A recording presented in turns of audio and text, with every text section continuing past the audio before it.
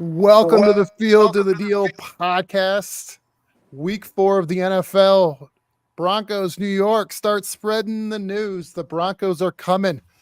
Broncos going back to New York. We're going to make sure CJ's okay with that. If there's any post PSD from the Super Bowl. Charlie Blackmon announces his retirement. Travis Hunter and the Heisman odds barely in the top 10. You do know we beat the Jets, not with Rex Ryan in New York. We smacked them. I ain't worried about the post Super Bowl. I got some wins in New York. Go ahead, baby. Life as a GM. What's happening with the Dolphins? We're going to check in with Scott. What are the Dolphins doing in their front office right now for their QB watch? And Coach CJ is going to break down some film for us. So CJ, running back for Super Bowl 48 in New York City. Are you doing okay with the Broncos going back to the scene of the crime? Yeah, we lost Super Bowl 48 to good old Scotty over there, right? He assembled a great team. I gotta give him that. He assembled a great team. But we went back not too long later. I think the next year, 2014, beat the Jets, beat Rex Ryan and the Jets up there, right? Obviously, the Jets had some success before they ran into us. So there's no if anything, I don't like Scott for putting together a great team, but I like Scott for putting together a great team, right? So it's bittersweet on that end. That's fair. He's still got the Honorable Judge Harry Stone on speed dial, the founder of Authentic Athletics, the super agent Peter Schaefer Esquire. How you doing? Good. I'm picking up my son's dinner. I'm here in Maryland. I didn't know business was that rough where you turned into an Uber Eats driver. Have children. Just have children. I'll be right back. One of the other memories, and obviously he's leaving, but your agent's supposed to be on your side, but he went to go party with his other client on the other side. Like, he didn't even condone me, text me, say I'm sorry for you. He just went to the Seahawks party and was like, oh yeah, we up out of here. Like, come on. I'll check with CJ in a few days. Let him go through his grieving process, right? We also have Scott, as we like to call him, the GM. Scott, how you doing, sir? Excellent. Thank you. And I'm Rob Lazzi, and people in the league call me who? Hey, Rob. Yeah, people don't know me. It's fine. That's all right. It's better that way. Right? Under the radar. So I want to thank Simpler.ai. It's a digital marketing company helping your organization be found in a complex digital world simply. So at Simpler AI, their link is in the description of this podcast and YouTube. Click on their link there and we'll set up an appointment to talk to you about your organizational needs. CJ, do you hold grudges on cities where you took a big L? Nah.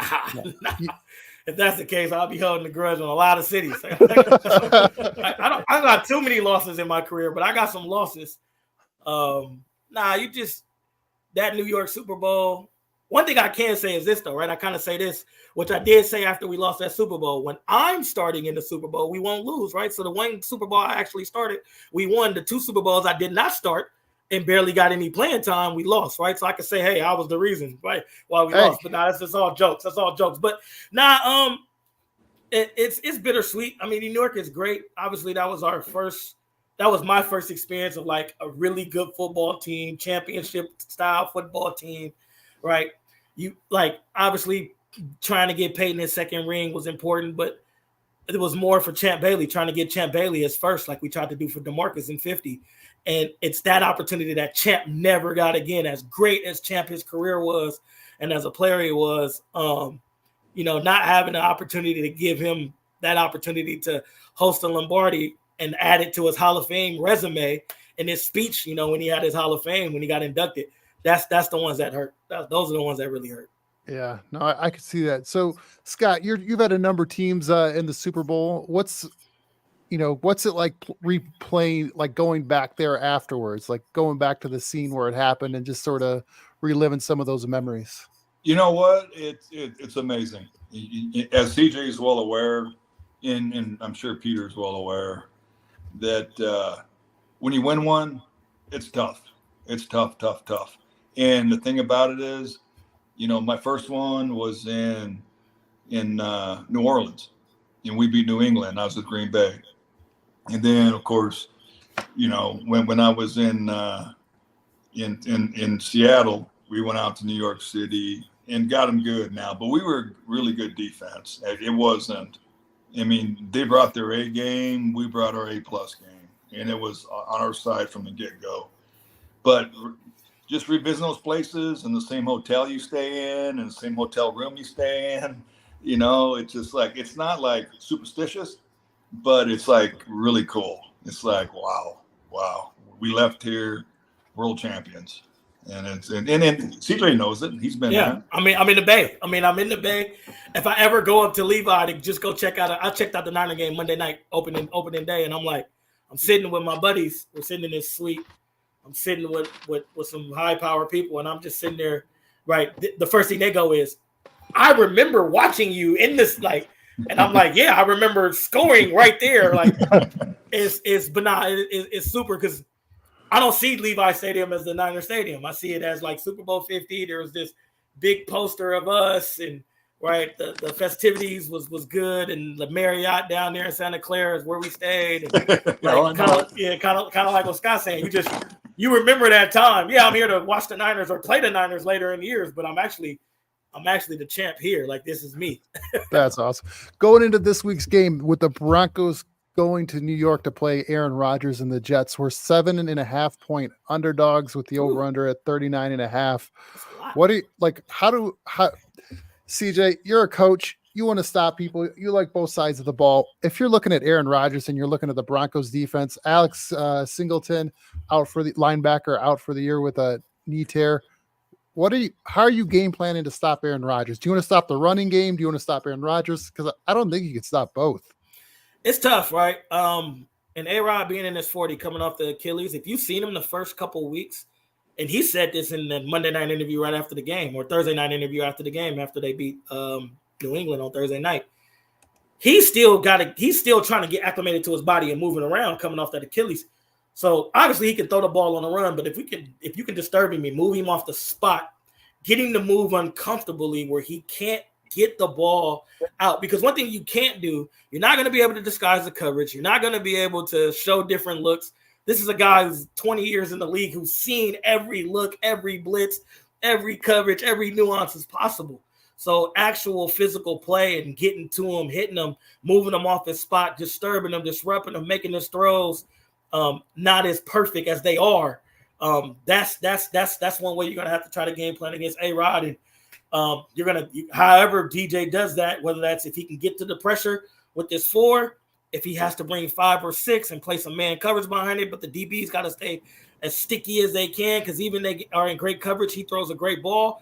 But the question is, does he throw a great ball every time with someone in his face and on his feet? And that's the best way to do it. And then obviously you don't want to stop the run because if you commit too much to the run, and 12 is back there on his A-plus game, kind of like what Scott said about Seattle. If A-Rod's on his A-plus game, they're going to be tough to beat. Scott, how are you approaching Aaron Rodgers here this weekend as a team? Like, what are you trying to take away from him? He's a very talented quarterback, of course. We all know that. The running game, Breece Hall, Braylon Allen, that's tough because you know what? They're going to come downhill and they're between the tackles, go-getters. And, you know, if you run the ball, control line of scrimmage, you're going to win the game 100%. But Denver also, last week, their D-line played dang well. Really well.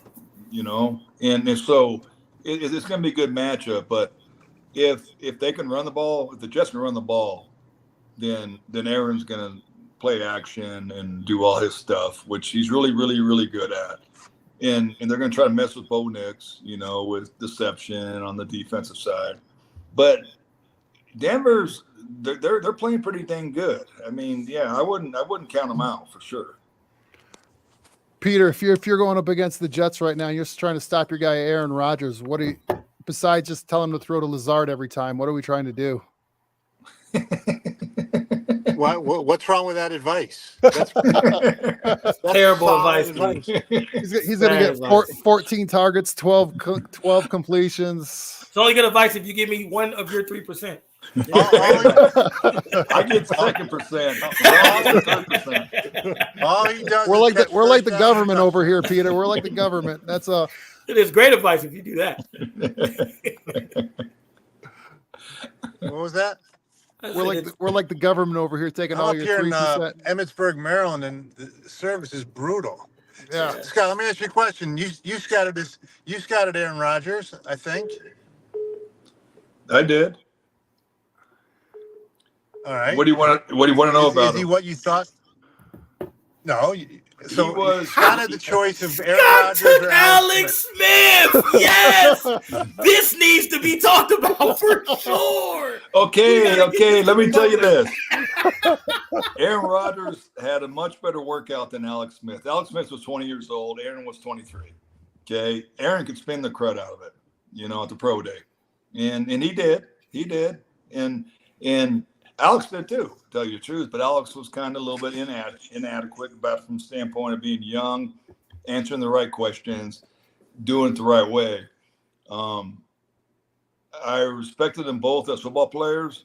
I think, in my standpoint, and right or wrong, indifferent, my opinion, that Alex had a better chance from his senior year or his junior year, what it was, his junior year being 20 years old, to develop into a sensational player. And I didn't question Alex. I never forget my really good friend who's passed away, Ted Thompson, called me and says, okay, I'm at 22 or 24, whatever it was. He's like, why wouldn't I draft him? I said, well, you got Brett Favre.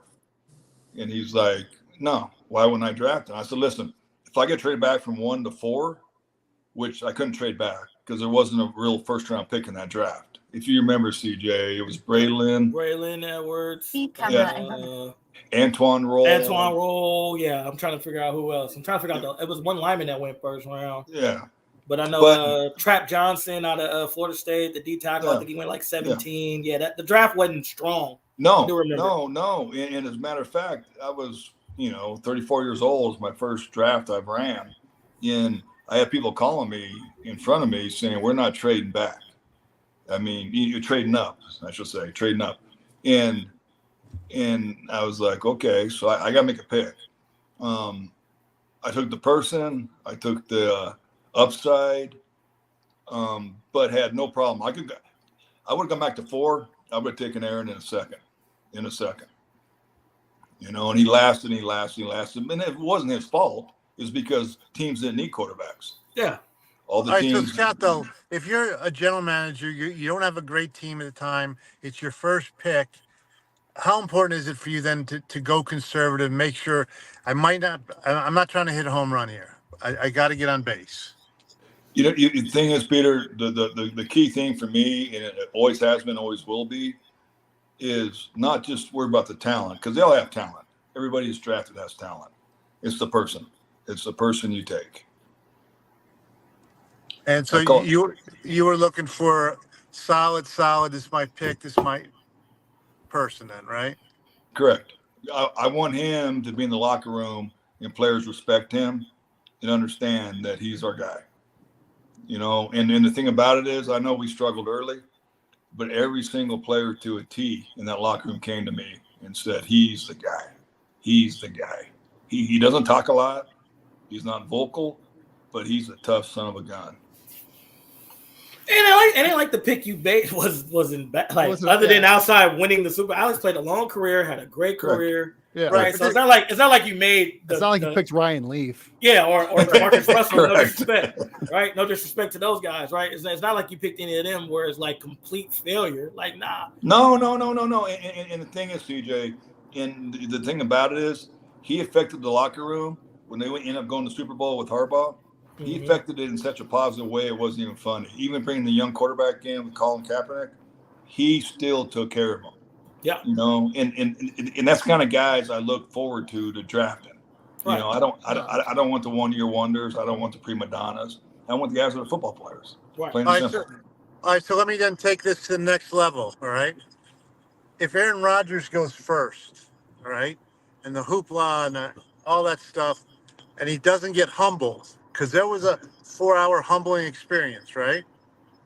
Is he the same? Is he Hall of Famer, same multiple MVP guy? Do you think that had something? And then, as opposed to come to San Francisco and be anointed the immediate savior of the franchise, he goes to Green Bay and he sits behind Favre for 3 years. I mean, doesn't that all factor into where we are today? 100%. Yeah. 100%. Yeah. I'm sorry, CJ. Go ahead. Oh, no, I was going to say, yeah. The only thing I think the difference, though, Pete, when you listen to Scott talk about the upside with Alex Smith and Aaron Rodgers probably having it at that moment, like right now, maybe the organization do things for A-Rod faster that they've done for Alex Smith later in his career, right? So maybe like, we hear about Aaron Rodgers never throwing, like his first touchdown pass to a first-round pick was just this past Thursday. Maybe Scott gives him a first-round receiver instead of the Patrick Willis's. And I'm not saying don't draft those guys either, but maybe the thought process change, the hiring process change on who to get, because you have a guy that you can strike hot right now, right? In this rookie deal to get all these other people around him so you can win immediately. That's just my guess. But that would be the only thing that changed, in my opinion. But that's it. Yeah. The thing is, CJ, what we went through our first 2, 3, 4 years in San Fran, I'm not so sure Aaron could handle. Oh, interesting. You know what I'm saying? And Alex could.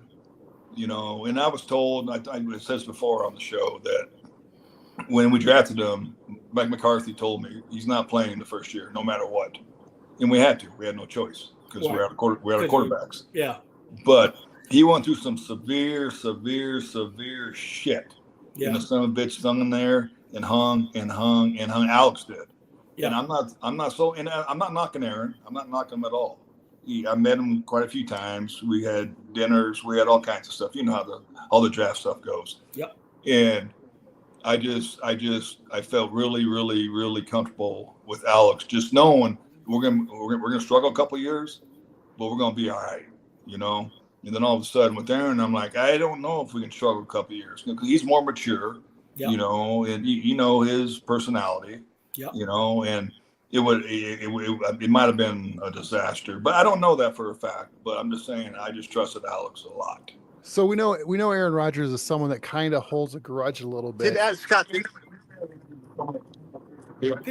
we can't hear you, man. You all over the place. So we know Rodgers holds a grudge a little bit. Scott, does he hold a grudge against you, Scott? Oh yeah, I guarantee he does.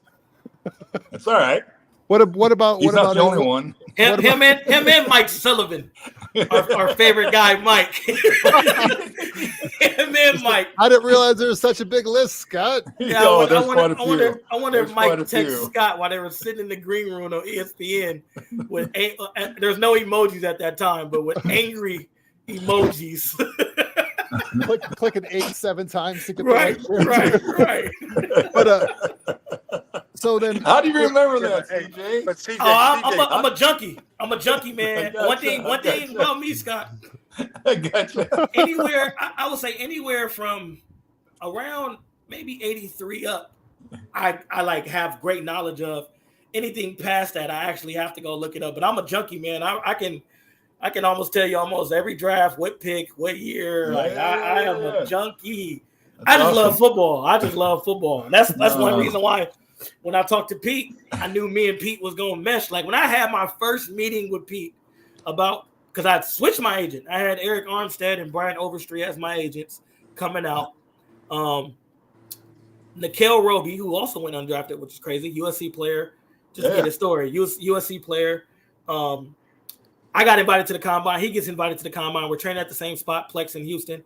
My agents told me that they wasn't going to the combine. So, Scott, you know how everybody in the hotel bar, towards the end, you guys are drinking, having drinks, eating dinner. And I'm walking because the running backs go before the DBs are the last to go, at least at that time. I don't know how it is now, but at that time, the DBs were the last to go. Yeah, so I'm walking out of the hotel, and I look in the hotel bar, and guess who I see? My agents. So I said, I thought y'all wasn't coming to the combine. Oh, we got to be here for Roby. Because they thought Roby was going to be a first-round pick or a high top pick. And I felt some type of way. So I kind of talked to one of my mentors, who was Bobby Brooks, who Pete agent. And I was like, man, are you cool with your agent? He was like, yeah. And I trust Bobby. Made a phone call to Peter. Me and Pete got on a call. I talked to him. That was 20 minutes in. I was like, this guy loves football like me. I don't need to know nothing else. I'm in. Well, just in the contract. The thing is, CJ, that's really cool about Peter is he'd be sitting in the bar if you walked in. he ain't drinking a beer. Right. He doesn't drink, Right. but he talks. So that's kind of how that happened. I know that derailed, but that's kind of how that happened. How I met Pete, and that's how me and Pete since then is. And I think with Pete, I don't know if I should tell this, but Pete sends me things about the waiver wire and what's going on. He was doing that when I was playing because I'm a junkie. I like to know what's going on. Yeah, no, it's awesome. No, he's a good guy. He's a good Very guy. good. So most of the time. So what? So right now, like this, with the whole Aaron Rodgers and Hackett, with Rodgers getting the first shot to play the Broncos, with Hackett as his coach, with Hackett leaving the Broncos, are they still like? You're a player, CJ. You still hold grudges. Like, is that something they're like at least talking about on during the week? Like, oh, I'm going to get him for you. I'm going to get him for you. When I got cut after having my best year in Denver, 2017, when I got cut after I was top 6 in the league in rushing. I was top 3 in like yards after contact, right? All the stats that matter to running backs, I was top 5, top 6 in. And I remember telling Pete, hey, wherever we go, just make sure we got him on a schedule. I had everything planned, from celebrations to when I got in the end zone, to what I was going to do to the crowd, to point at Elway's suite because I know where he sat, just to make them remember, like, this is what y'all got rid of. So I'm pretty sure Nathaniel Hackett and A-Rod definitely had some conversations. If they can put up 70, Salah's going to let them do it. So what's the I mean, we talked about how either you stop the run, you stop the pass. What do the Broncos have to do? What are you looking for out of Bo Nix, out of the running back group, the receiver core? What are you looking out to see? Like, what do you want to see early to go, oh, this is going to be a good day for the Broncos? So Salah is a cover 3 guy, right? And what we used to say in our cover 3 world, right? Spot droppers, kind of like what Scott and them had over there in Seattle. You got to get to your spots and get to those windows, right? And the ball has to come out on time, right? Because Salah really doesn't want to blitz. He plays man-to-man, but not a lot. He relies on his front 4. If you just go back to Seattle, relies on the front 4 to get pressure. But if you can get the ball out quick and get to those spots in those zones, and if Bo Nix can see that, right, this is a good week for Bo Nix because it's vanilla, right? It's not the Todd Bowles to get you. Now, obviously, they didn't get into a lot of third down stuff, but it's not what you're going to get from McDonald week 1. It's not going to get from Todd Bowles last week. It's vanilla in what you're going to see and what you're going to get from Salah and the Jets over there. And if the receivers can get to their spots, because they're not going to get jammed up or pressed too much because of the coverage, get to their spots, find the ways to do that, understand that, right, there's a bend, not break defense. You're going to have to check downs. You're going to have to take the things underneath. You're going to have to take those things in majority of the game before you start to get things to open up, right? Hopefully, he's not too impatient trying to push the ball down the field, which will cause problems. But if the Broncos can do that on top of running the football, they should have a good day. But they have to run the football. Who do you want to see in the backfield, CJ? What do you want to who do you want to see running the ball this week? Javonte, you got to wear him down. I know Badie had the big explosive run that we're gonna talk about, right? It's Or pronounced the rookie. It's pronounced Badie. Oh, Badie, my bad. No, it's Badie. It's Badie. It's Badie. It's been all over the radio this week. But I know you gotta wear him down, right? Even if you use the rookie, right? Even if you play the rookie, right, from Notre Dame, I can't pronounce his last name, so I'm definitely not saying it. But even if you use him, right, a big guy to wear him down, you just gotta wear it down. Then you sprinkle in, right, Badie or Badie. You sprinkle in the young fast kid who can make it happen, and who can make some moves. Broncos fan for life says we need CJ Anderson in the backfield ASAP for Denver. I think CJ's getting a little old. Yeah, well, and a lot of fat. But it's all right though. You still bring it. I can get you through a game. If Sean gave me 15 carries, I'll be able to get through it. I'm gonna run you over too. Pete, start working on the contract. The thing is, Rob, honestly, in my opinion, and it's any game, doesn't matter who's playing who. It's turnovers. Just protect the ball. Protect the ball. It's going to be a tough place to play, and they're playing a good team. It's a really good defense. The young guy the quarterback needs to protect the ball. Has to. Peter, do you think the Broncos are going to be able to control the ball, keep control of the time of possession throughout the game against the Jets? Well, it's interesting. We talked about it with the CU game. This hurricane, I'm on the East Coast right now. If it lingers here and it's a nasty day Sunday, that could change things too. Facts. Even on the Jet side of the ball, 100%. And A-Rod, limitability, it doesn't become super effective because it's so wet. Now you got to run the ball. So yeah. Absolutely. We're going to talk about CU here in just a second. Just to remind you guys about simpler.aa. Be found in is your organization looking to be seen in a complex digital world. In the description, and click on the link for the site. You can schedule a time talk that's convenient for you. Travis Hunter, why does he's according to a Fox Sports article with on the betting odds, he has about the 10th best odds to win the Heisman Trophy. Is he being underrated right now, guys? I'll go first. Yes, he is. He's a hell of a football player. But again, he's a wide receiver, and he's a corner. And how many have ever won a Heisman Trophy? Ever. Charles Woodson. I get that, but that's one. Okay, it's been going on for years. That's one guy. With the top guys right now, would you say he's better than would he win it over Cam Ward, the quarterback in Miami? Wait, are you talking about the Heisman or are you talking about for draft? Heisman. Well, right, Rob? Yep. We're just talking about the odds the front runners right now to win the Heisman. Peter, you know I know, the but answer. but the Heisman I think is best player on the best team. Who were unless CU is to be better than a 500 team, it's a really hard gift to give that player the Heisman because there's no doubt his value. He's the best player on both sides of the ball for a team. But how good is the team? But that's not the question. You said Heisman. Yeah, see, that's where I was getting at. Why I think he's underrated? Because he's the best player in the country. Why he might not get it? Because they won't have the best record in the country. Those are true. Two things are going to be true, right? I mean, unless they went out and they only got one loss. But if Carson Beck goes undefeated and has the numbers, and it's a quarterback award like every MVP in the NFL, it's going to go there. Even though Travis Hunter is the best player in the country. 100%. And the best player on that team is Sanders, the quarterback.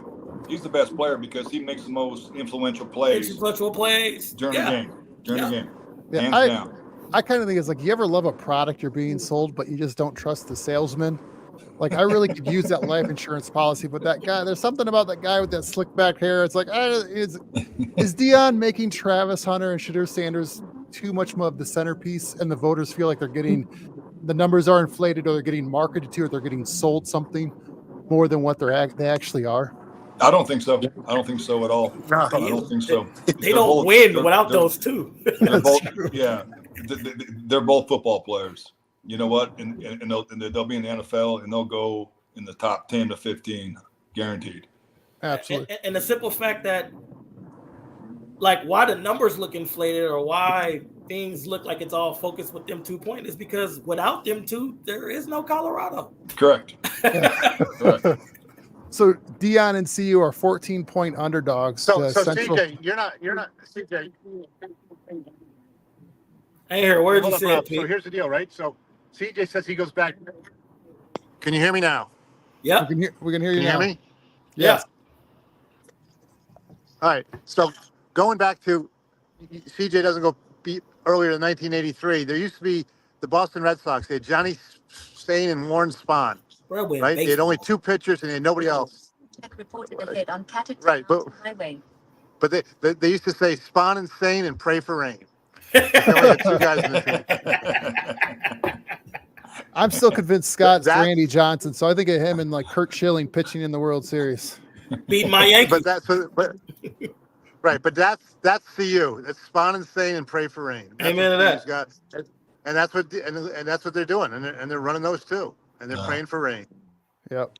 So Deion and CU are 14-point underdogs to Central Florida this Saturday at 1:30 on Fox with a 61.5 point. They actually dropped a few points, probably because of the weather.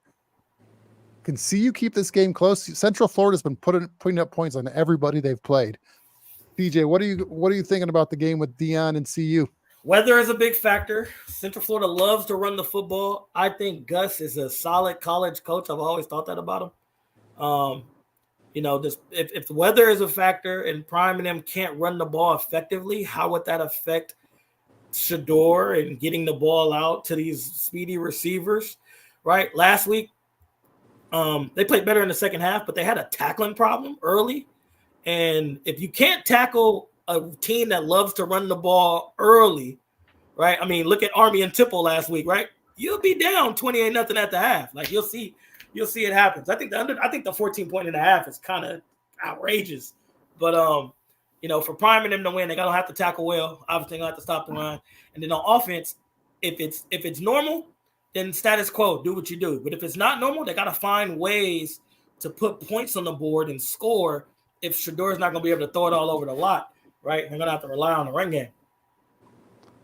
Scott, what do you think is going to happen? Can we keep it within 14 points? Do we even have a chance to win the game? 100%. I think you take Prime back to Florida. He's going to bring his boys now, and they're going to rock and roll. They're playing a good team, and the weather's going to play a value. No doubt about it. Humidity, if there's rain, whatever. But I think Deion's going to have them ready to roll for sure. And I think it's important to a lot of those guys he's brought in that are from the area that they're going back home, and that's special. No, that's a big deal, Doug. I'm cautiously optimistic that CU is going to actually come out of this and be 4-1 at the end of the week to come out, because I think there's some tough games on their schedule. I think, Scott, you had a great point there with actually Deion going back to his home area, having a lot of these players coming back from there. They're playing back in front of their families, which probably hasn't been done a lot since they've come out to see you. So CJ, how important it was for you to be able to play back, you start, to go back and play in front of your family? It was just great. I mean, obviously I went to Cal, so I was always home, but playing in the Broncos division was a blessing because I got to come to California twice a year. And one of those places was Oakland, right? Which is 30 minutes away from my hometown in Vallejo. But I remember my first Oakland game, I had like 60 cats there, right? My second Oakland game, I got like 45 cats there, right? People want to come up to San Diego at the time, right, before I played them in LA to watch me play the Chargers. And then when I became a Ram, it was like they're coming up and I'm coming home to play the Niners. So having those divisions and having that Bay Area and having that home cooking, you do play with a different pep. Like my first career touchdown was against the Oakland Raiders on a freakazoid catch cut across back the field. It looked like high school all over again. But everybody who remembers that, who watched me play, they just remember that, oh, that's CJ from high school. And it was good to do it at home where I'm from. It was good to do it in the Bay Area where I'm from and where I've, learned how to play the game. So no, that's great. Scott. Hey, hold up. CJ, we got a special guest coming on. Yeah, G, look at G. You kid so big. Is he coming over to wash your windows in your car? What's the deal? Yeah, no, he's paid me $50 to give him a car wash. You gotta cut that shaggy, bro. I know. There's no barbers in rural Maryland. Not one?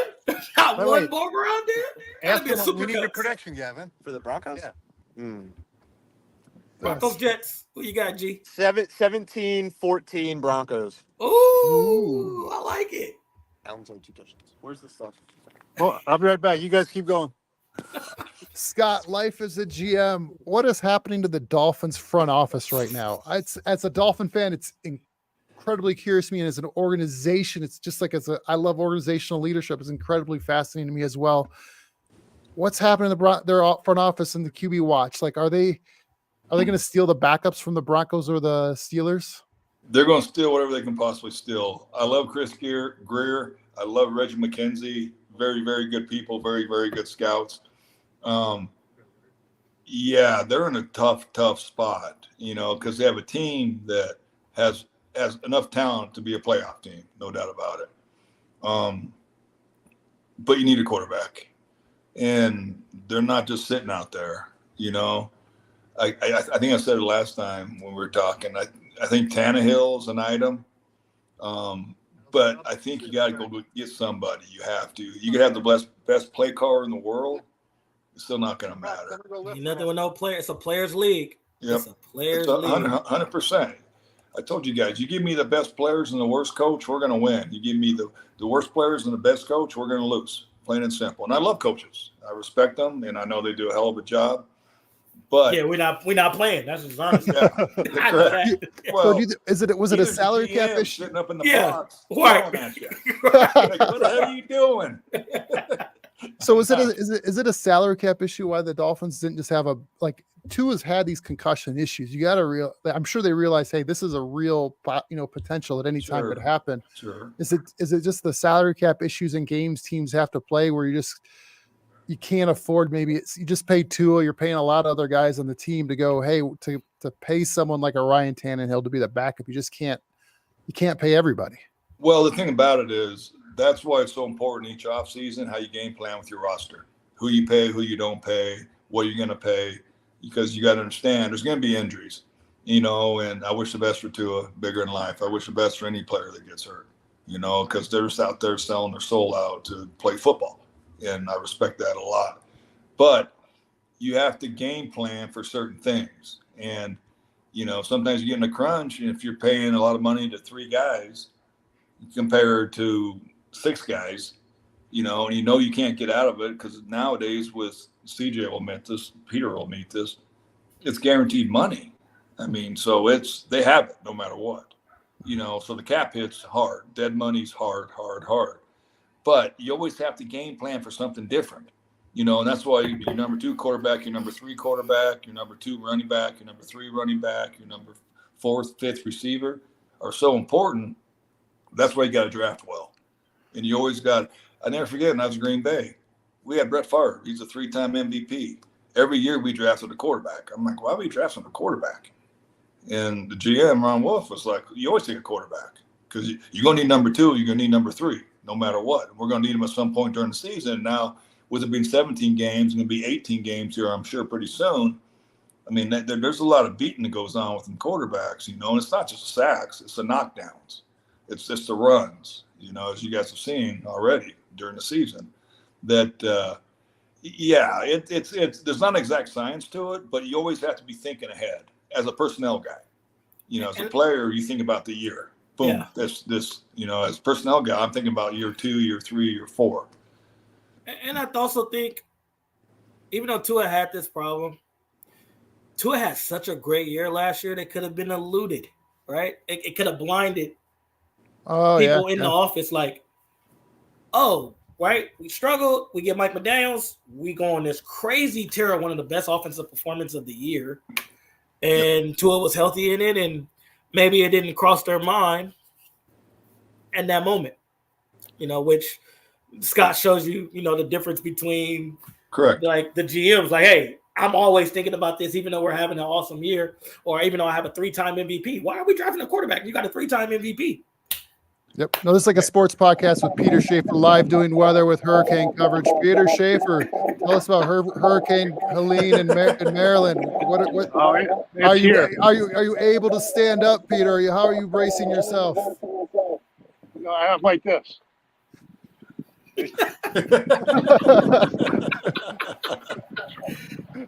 I'll tell you this, though, Rob, I'll tell you this. So Scott was with Seattle, and when Russell Wilson was in his rookie deal, that's how they were able to build that team, because you're paying a quarterback $2 million a year. So that's the difference. Like, so when Miami had 2 and he was costing $2 million a year, then you can spend 100 or 240 million on other players. Pittsburgh right now is a perfect example. They're spending $4 million on their entire quarterback room. Why do they have such a good team? It's because they're getting good quarterback play from $4 million in a room, when everybody else is spending $50, $55 million that room, and you can't spend it on a left tackle. You have to make the jigsaw puzzle work, and each jigsaw puzzle has a monetary figure to it, or salary cap number. Which goes back to actually our question about paying Brock Purdy. I posted that clip a while back, and it's gotten the most comments we've gotten on one of our clips. And there are some angry San Francisco people that we even mentioned the idea that they may not re-sign Brock Purdy if he's too expensive. They're like, how on earth could you not re-sign him? It's like, is he the $30 million quarterback or the $60 million quarterback? Well, they're going to pay Brock Purdy. There's no doubt about that. But right now, the reason they have such a good team, if they could stay healthy, is because they're not paying Brock Purdy. Yep. They got the best, or arguably the top 5 quarterback for $1 million on a $250 million salary cap. Most teams when you think about it, spend about 20% on their quarterback. Right now, the Niners are spending less than 1% on their quarterback. So you could spend it on other things. You could have the best defense line. You could have Trent Williams. You could have 2 receivers. You cannot afford 3 receivers, 2 deep pass rushers, and a $50 million quarterback. At all. But Pete and Scott, talk to your boys. I got a lady for Christian McCaffrey that can help him. I know he went to Germany, but I actually have a lady who can really help him. This is my former teammate when we was in Carolina for that little short time. But I got a lady that can help him, that can get him back. I text him. He's in Germany. I know how all that goes, but I know if y'all talk to Lynchy and Kyle, y'all can say, like, man, we got a guy, we got a girl in the Bay Area where he ain't got to go to Germany to get the help that he needs so he can be healthy. Well, Scott will tell you, every time you have a guy, the teams all think they have a guy, or this guy's a guy, and everybody gets territorial. Kyle ain't played. John Lynch ain't played in years. I'm telling you, I just retired. I got a lady. This ain't no. I got a lady. You can look at my career, and I can tell you where this lady has helped me. Wait. So CJ, you don't have a guy. You don't have a guy. Yeah, I have a girl. What's her name, by the way? What's her name? I might know her. Paula Mitchell. I don't know if you do know her. No, I don't know her. Yeah, Dr. Paula Mitchell. I got a guy if you need some new carpeting in your house too. Just so you guys know.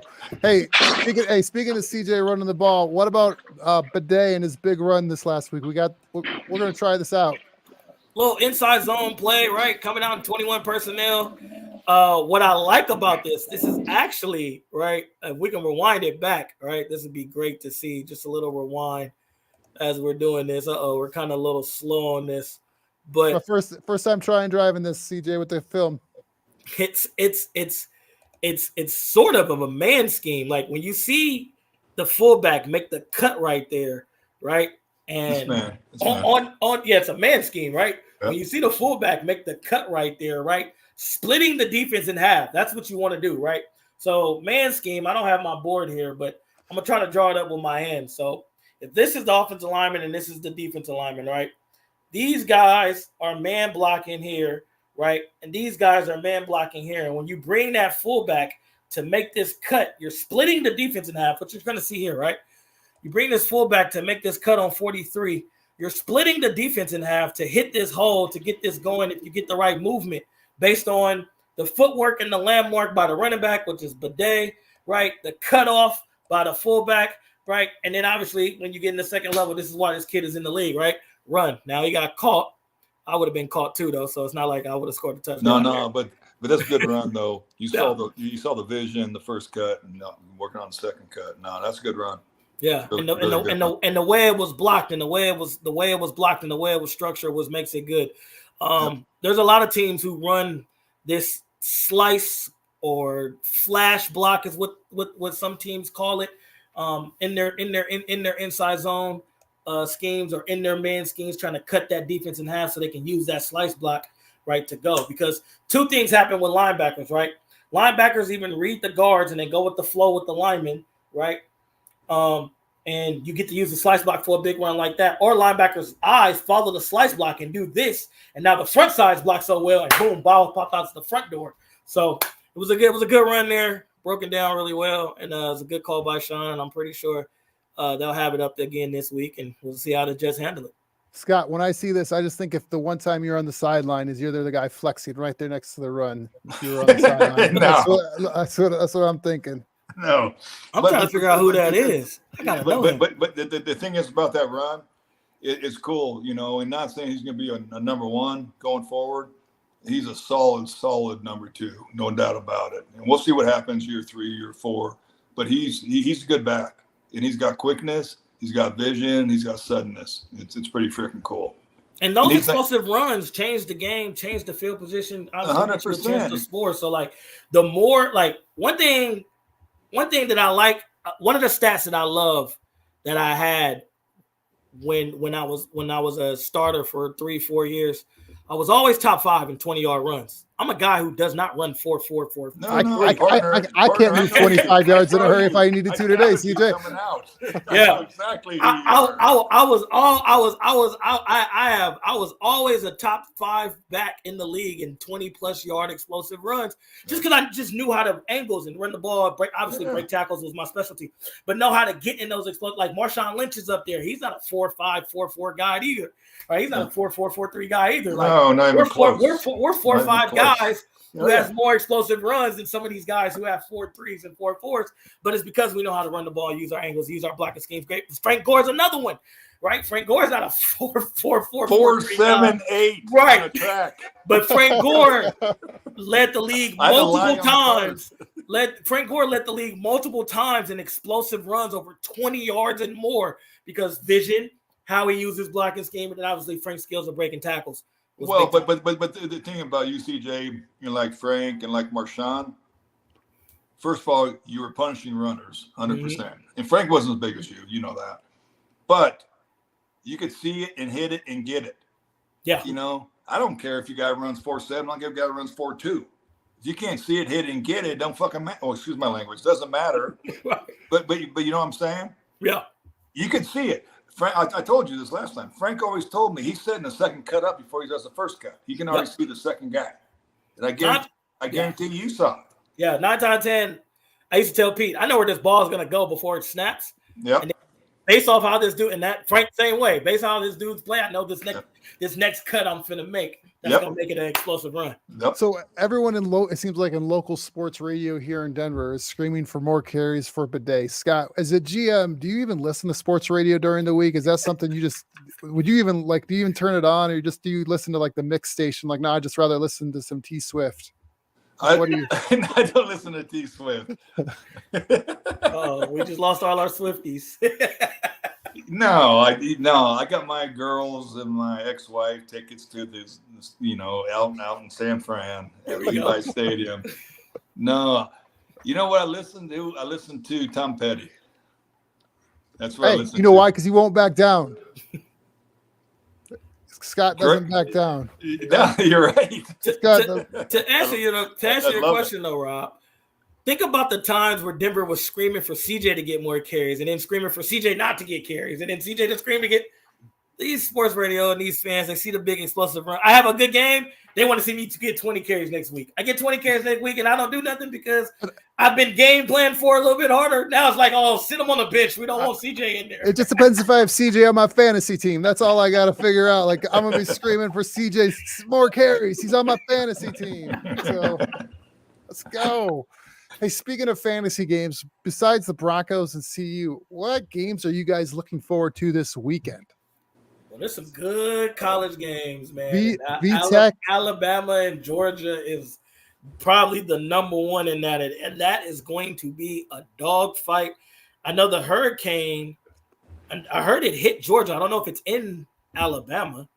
By the way, I heard Kirby Smart. It's in Bama. It's in Bama. Yeah, I heard Kirby Smart talk about the storm, and that's gonna be a little different. I'll tell you what, CJ. I'll tell you this. When you watch it, talking freshmen to seniors, super seniors, whatever, there'll be 20 guys on the field who'll be drafted and play in the league. Oh, 100%. 100%. The game is – this is good for two reasons, right? Kirby is trying to dominate college football and pretty much let's be the new Nick Saban.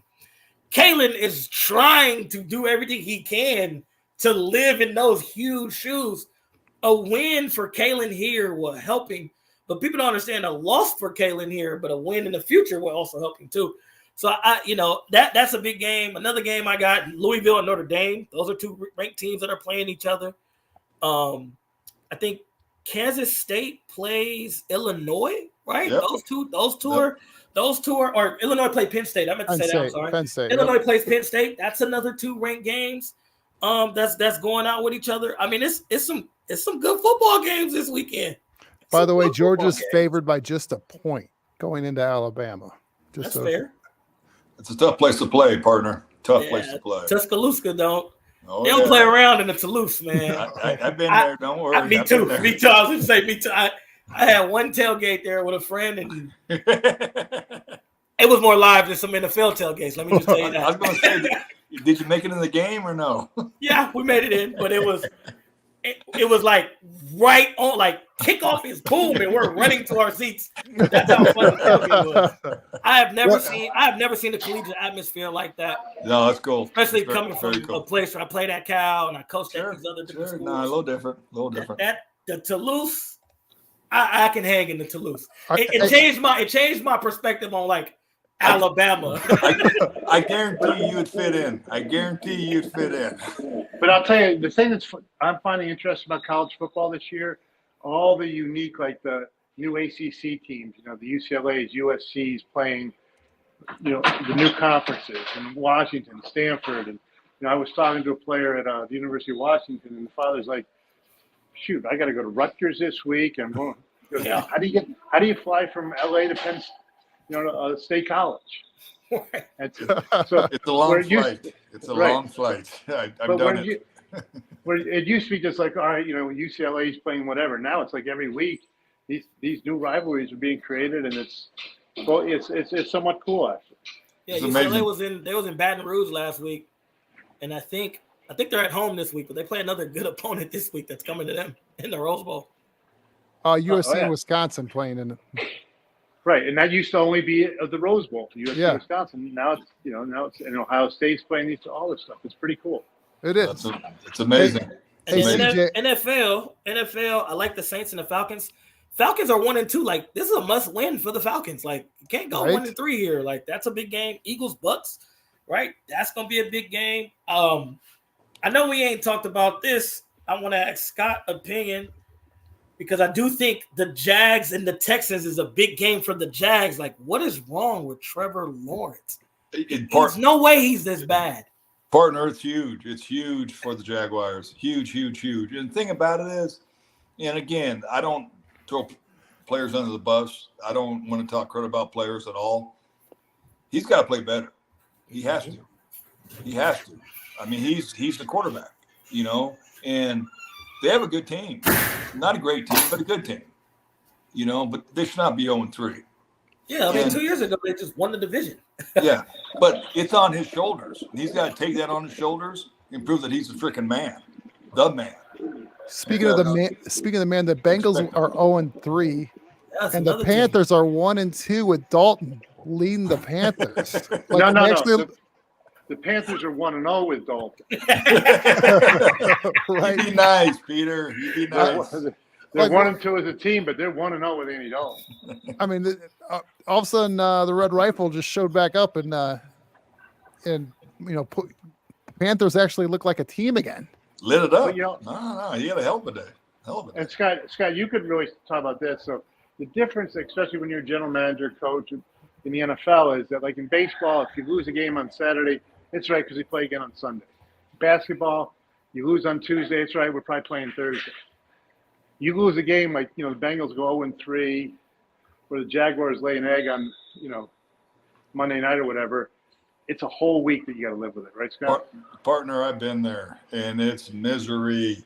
I got to keep the whole office. My secretary's upbeat, our trainers, everybody in the building. I got to smile and act like I'm happy where I'm really not, but knowing that there's good times coming, hopefully. And go ahead, Scott, my bad. Well, no, I was just gonna say, but it's tough.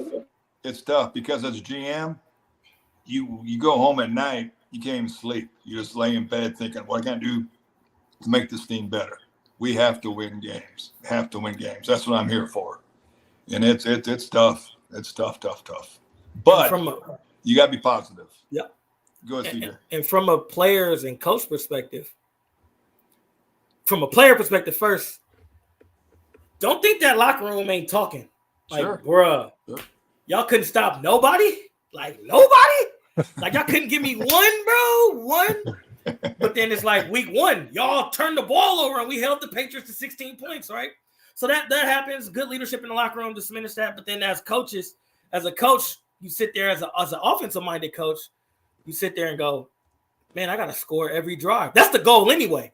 But I really got to score every drive because we're struggling. How does that change But as a defensive-minded coach, you're kind of going like, what can I do to help the offense? I can't just sit here and we just giving up. How does that change your play calling, CJ? If you're going, I don't trust my defense out there. Are you pushing the ball a little bit more, taking a little more chances on the O? I think you help the defense. I think the way you help the defense is you shorten the game, control the ball, control the clock. I don't turn it into a shootout, because if you turn it into a shootout, the one time you don't get a stop and they score, you lose the game. So you shorten the game. But then, why would you shorten the game? This is where coaches, I pledge on this. So everybody here hold me accountable when you see me calling plays. I don't care if I got a $55 million quarterback. If we're struggling on defense, I need to shorten the game. I can't just put the ball in Joe Burrow's hands and say, let's just throw the ball all over the place. I got to find. Now, they ran the ball really successful last week, but I got to run the ball. I got to waste the clock. I got to shorten the game because I'm seeing how the game goes, and we're just not – there's no punts. We're not stopping them. So I know they're not stopping us either. So I got to run the ball. I got to shorten the game to help my defense, not put up points to hurt my defense, to go out there and now I got to play back and forth and every play call matters, right? If I shorten the game, every play call in that doesn't matter. Only the situational play call matters, and that's what I would do as a play caller, even though I got a $55 million quarterback. Hey, as we wrap this up today, guys, what game are how many points are the Broncos winning by this weekend? CJ. Actually, this is one of the games I have them losing. So, CJ. Even though I got my alumni hat on, they gave me a package. I got a package yesterday. Oh man! If they do win, it will be by 6-3. 6-3. Scott, how many are the Broncos winning by? I'm saying 3, but I think they'll lose. Peter. He just disappeared. I'm just being real. He's something happened to his connection. They're going through a tunnel. Hey, I'm taking the Broncos by 9. Broncos by 9. In New York City. What are you watching? I believe in Sean Payton. I think I'm the only one here that actually believes in Sean Payton. I think he's worth more than the other coach. See, this is how people twist up scripture and religion. That's why they lose money. They lose money because It's my job to stir. This how Stephen A. keeps his job, by taking our words and mixing it. No, we believe in Sean Payton. We just being realistic. All right, Peter, he's back on. Peter, let's hear it. I think he's. Hey, Peter, can you hear us? Peter, taking a pee? How many points are the Broncos going to win by, Peter? I think he's doing a leg curl. Okay, hey, real quick, wrapping up here, guys. The Rockies. Charlie Blackmon is retiring. Is he a Hall of Fame player? Yes. Yeah, heck yeah. Done. Why wouldn't he? Right, 14 seasons. It's like he could be just a really, really good player. And then the Rockies have 98 losses right now with 3 games left, all against the Dodgers. Do they crack 100 losses? Yes. I think so. I love Bud Black as a manager. I love him. He's a great guy. Everything's really cool with the Rockies. But the thing about the Dodgers, they're in. You know what I'm saying? Yeah. So they might just play some reserves, and it's kind of chill with the pitching and all that stuff, because they want to save them for the playoffs, of course. So. Ohtani may get up to 60 home runs with just this one series. That's what I would do. let it swing away, Ohtani. Swing away. Don't worry, he's gonna. The ball carries pretty good at Curtis Field. I will say this: outside of football, I think there's nothing more traditional and entertaining and fun to watch than playoff baseball. Is fun to watch. Oh yeah, fun to watch. And I'm mad Joe Buck is not covering it anymore because I love his voice over it. But playoff baseball in general is so intense, fun to watch, to see the adjustments, the pitching. I absolutely love, that's my second favorite sport to watch in crunch time outside of football, playoff baseball. Hey, CJ, do you know the Tigers are 1 game away from a wild card berth. My Detroit Tigers. Yeah. I'm going to have a team in the AL to root for. Let's go Tigers. Oh, we're so close. Hey, I'm a Yankee fan, man. We went a decade with not making anything happen. So I'm really hoping. I'm really promising. You make stuff happen. You're just not making the World Series happen. Stuff happen. I grew up in that era where, Bernie Williams and Chuck Norwalk, obviously Derek Jeter, right? We was winning some games. I played pro baseball. Yeah, you definitely did. The thing about it is I'm with you. I'll watch it in the regular season every now and then. I watch the Rockies. I pull for them, and we don't win very often. But in the playoffs, that's go time. Yeah, I'm locked in. Like I don't miss a playoff baseball game. I really don't. I'm locked in for them playoffs. Who's your early World Series matchup? Who you got? Is it Dodgers, Yankees? Is that the easy one to call? That's the easiest. It could be Tigers, Dodgers. Let's go Tigers, Dodgers. We'll take that. Get in first. You got to get in first. Rob, come on, dude. You got to be realistic. I'm a fan, Scott. I think on the NL side, I think on the NL side, the Dodgers are like the favorite, just like the Yankees on the AL side. But I wouldn't sleep on Cleveland. What about Philly? Solid. I was going to say I wouldn't sleep on Philly. No. Philly time got to come at some point, right? There's another team who just annoying. I won't sleep on Houston. Houston is annoying. No, you're right. I love Dusty too. So Dusty's my dude, but obviously Dusty's not there no more. But Houston has been annoying. Yeah. When they get in, they just find a way to win when they're in. I'll tell you what, partner. You get in a series, you get a 5-game series, you get a 7-game series, whatever it is. Anything can happen. Yeah. If you got 2 starting pitchers and they roll, you're up 2-0. And that's what makes Houston dangerous. Correct. Right? 100%. And they've been there. They've been there. And the roster has been there. The roster, that's what I'm saying. Has been there, and they understand what time it is. So, Houston scares me more than probably any other team in the AL right now. Everyone except the Tigers. The Tigers should scare you.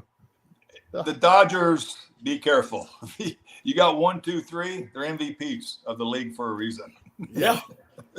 The Dodgers are just so loaded. So loaded. Beyond. Outside of Philly, right? But I will say this, which another team that's scary because they're solid on the pitching as well. Obviously, I don't know how the series was in the regular season. They're in the same division. The Diamondbacks, don't sleep on Arizona. No, they're last year. Arizona can play too. The thing is, CJ, you understand this.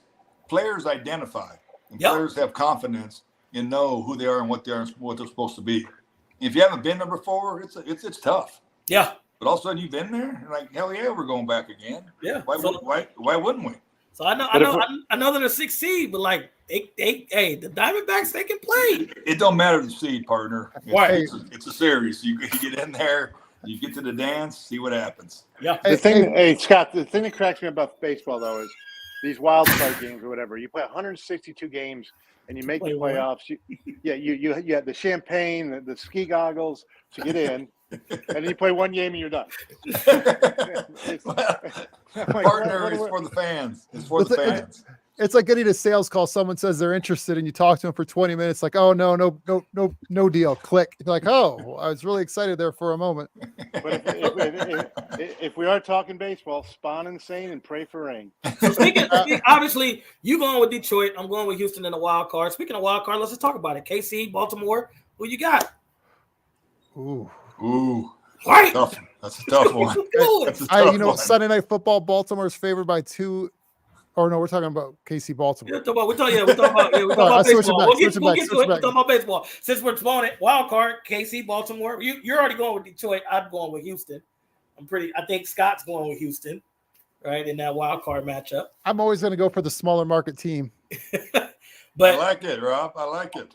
I'm a fan of small market baseball. I want those small market teams. I do love the Yankees and the Red Sox out of the sense of history, and I'm a fan of excellence. So when teams are excellent and they're willing to invest in excellence, I'm all for excellence. And just like the NL side, right? You got the Mets and the Padres. That's a good matchup for a wild card matchup. Really good. Both of those teams are good. Damn good. Yep. It's what, like I said, playoff baseball is the intense and the drama is fun. I appreciate it, guys. Guys, we got to put a bow on this. CJ Anderson, running back extraordinaire. Thank you so much. Scott, the GM, thank you so much for your time and insight. Help my Dolphins out if you can. Make a phone call. Something. Peter Schaefer, the only one losing calories right now. I'm burning calories. Right. He doesn't miss a workout. That's for sure. So, all right, guys. You guys take care. I don't miss a workout or a meal. I got to bounce, y'all. Thank y'all. all right. See Later. you guys. Bye. Yep. Very good talking to you. Watch along Sunday. Don't forget.